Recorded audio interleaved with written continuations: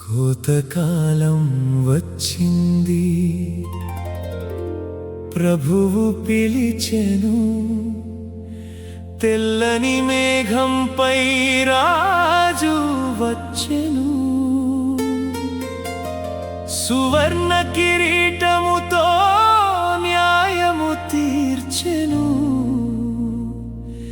యేసయ్య రాకడలో సత్యము వెలుగెను.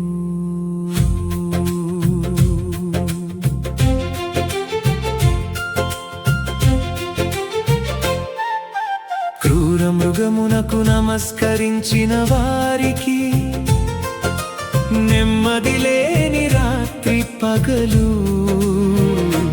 బాధల పొగ యుగ యుగములు లేచును.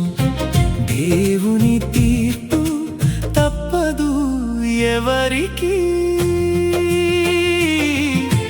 కాని పరిశుద్ధుల ఓర్పు నిలిచెను. యేసునందు విశ్వాసం వెలిగెను. దేవుని ఆజ్ఞలను కాపాడిన వారు జీవ కిరీటమును పొందుదురు. కోతకాలం వచ్చింది, ప్రభువు పిలిచెను. తెల్లని మేఘంపై రాజు వచ్చెను.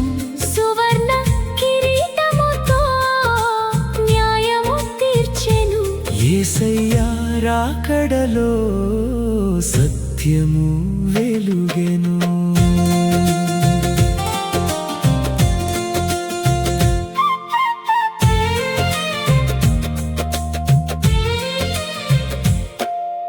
ప్రభువునందు మృతి నొందిన వారు ధన్యులు. వారి ప్రయాసలు ముగిసెను. పరలోక విశ్రాంతి వారికిచ్చెను. వారి క్రియలు వారితో నడిచెను. ఆత్మ చెప్పెను ఇది నిజమని. స్వర్గస్వరము వినిపించెను.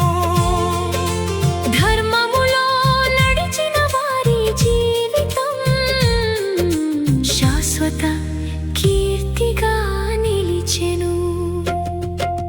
తెల్లని మేఘంపై మనుష్య కుమారుడు సువర్ణ కిరీటముతో కూర్చెను. చేతిలో ఆడిగల కొడవలితో భూమి పైరును కోయుటకు వచ్చెను.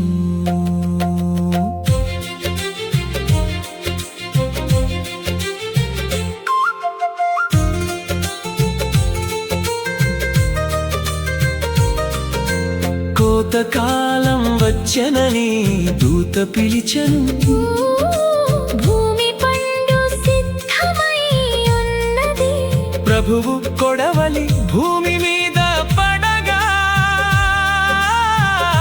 భూమి పైరు కోయబడెను. మరి ఒక దూత ఆలయము నుండి వచ్చెను. అగ్ని మీద అధికారము గలవాడు. ద్రాక్ష పండ్లు పరిపక్వమైనవి. కోయుమని గొప్ప స్వరమిచ్చెను. దేవుని కోప ద్రాక్ష తొట్టిలో భూమి ద్రాక్షలు వేయబడెను. పట్టణమునకు వెలుపల త్రొక్కబడగా రక్త నది భూమి మీద ప్రవహించెను. కోతకాలం వచ్చింది, ప్రభువు పిలిచెను. నీతిమంతుల కోసం